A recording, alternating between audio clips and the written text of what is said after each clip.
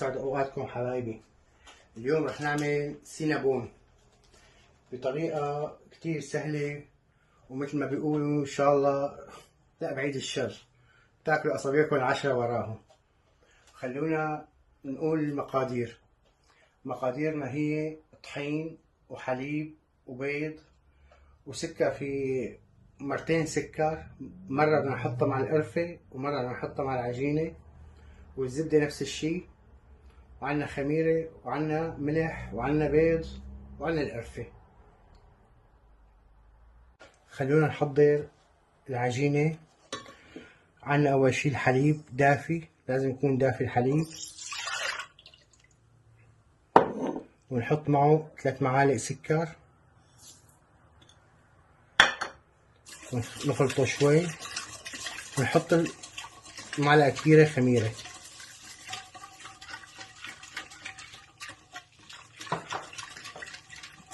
هلا نحركهم شوي ونتركهم 5 دقايق لحتى الخميرة تاخد مفعولها.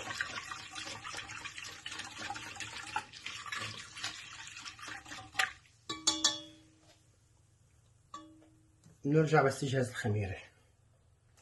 وبعد ما تركت الخميرة تتفاعل مع السكر والحليب، بدي احط البيض.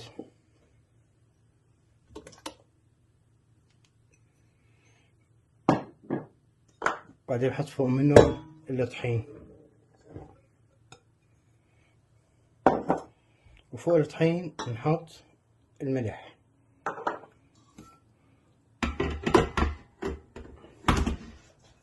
بعدين بنحطهم على العجانة ونستناهم لحتى ينعجنوا، وبس ينعجنوا بدنا نحط الزبدة مشان ننعم العجينة.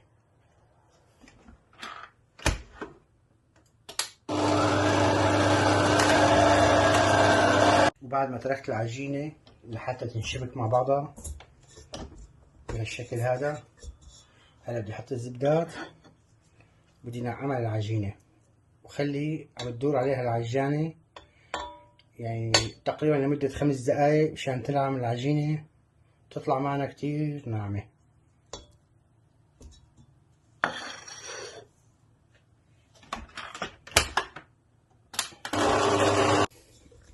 بعد ما نعمت العجينة بالشكل هذا بعملها طابة كبيرة، بحطها بزبدية مدهونة بزيت،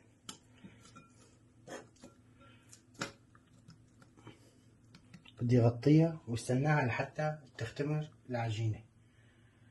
بنرجع بعد ما تختمر العجينة.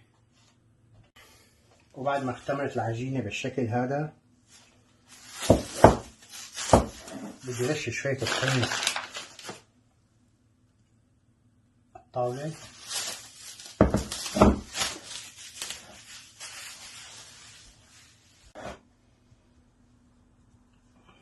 حط العجينة على الطحينات،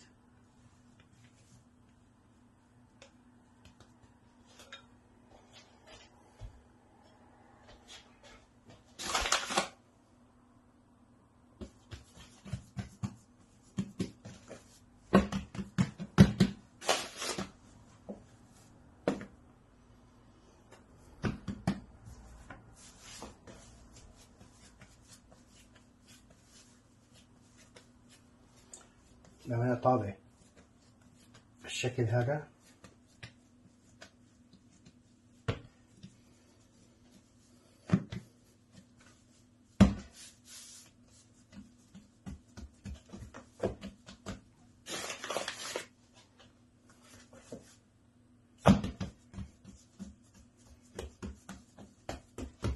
وهلا بدي مدها بالشوك.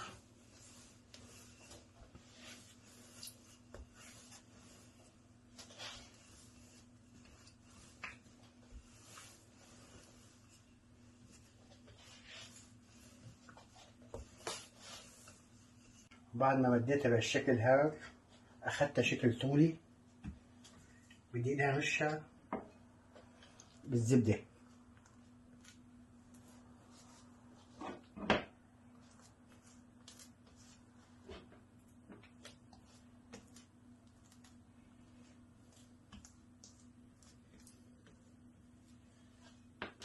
وزع عليها الزبدة كل الأطراف.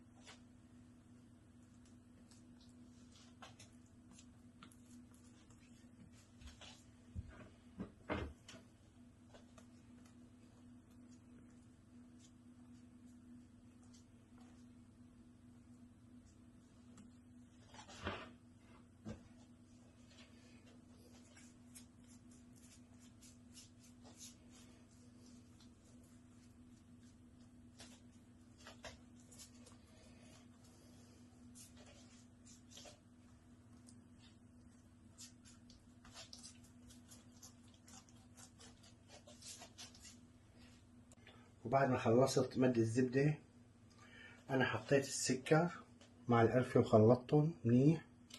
هلا بدي رشهم ووزعهم على الكامل.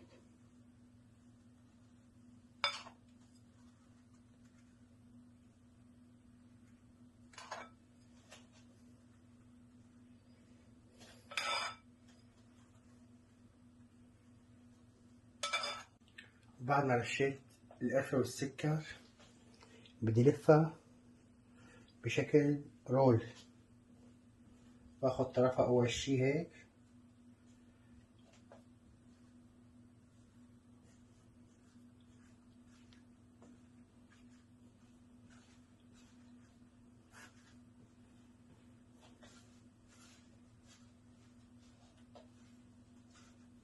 وبعد ما لفيتها رول بالشكل هذا بدي اقطعها لقطع. هلا القطع والقياس هذا انتو بتختاروا.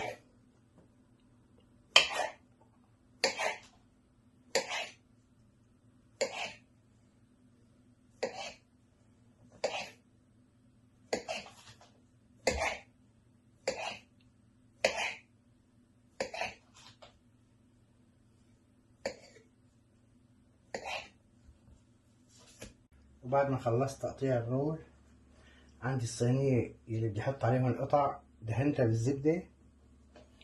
وهلا بدي صف رولات بالشكل هذا، حطها بعمل عليها هيك كبسة صغيرة.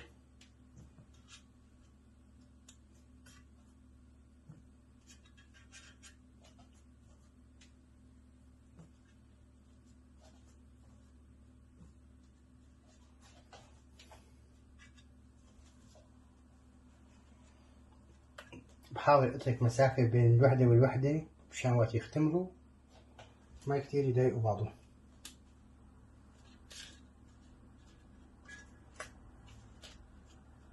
وهلا بعد ما خلصت صف القطع بالصواني بدي اغطيهم واستناهم لحتى يختمروا.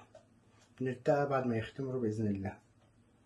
وبعد ما اختمر السينابون معنا بهالطريقة بدنا نحطه بالفرن على درجة حرارة 200 ونشغل من فوق ومن تحت ونحطه بنص الفرن بالشكل هذا.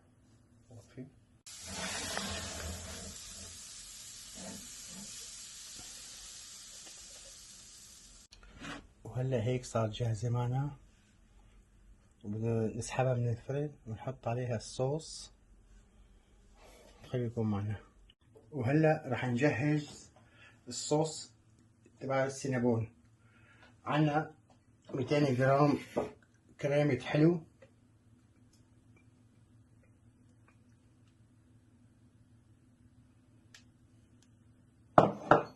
ونحط فوق منهم 100 جرام نسلة.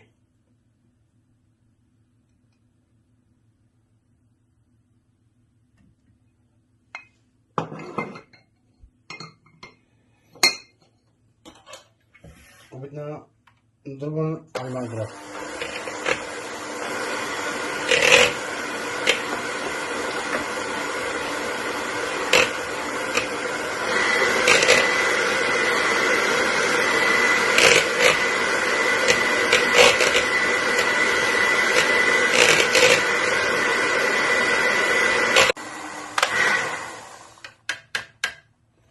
وهيك بعد ما خلطناهم تقريبا 3 دقايق صاروا جاهزين معنا لنحطهم على وش السينابون.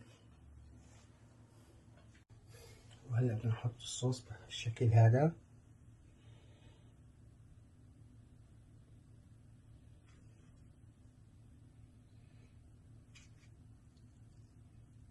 وبعد ما بردت صفيتهم بالجاط. وهيك نكون وصلنا لنهاية الفيديو. راح نشوف، شوفوا معنا شلون.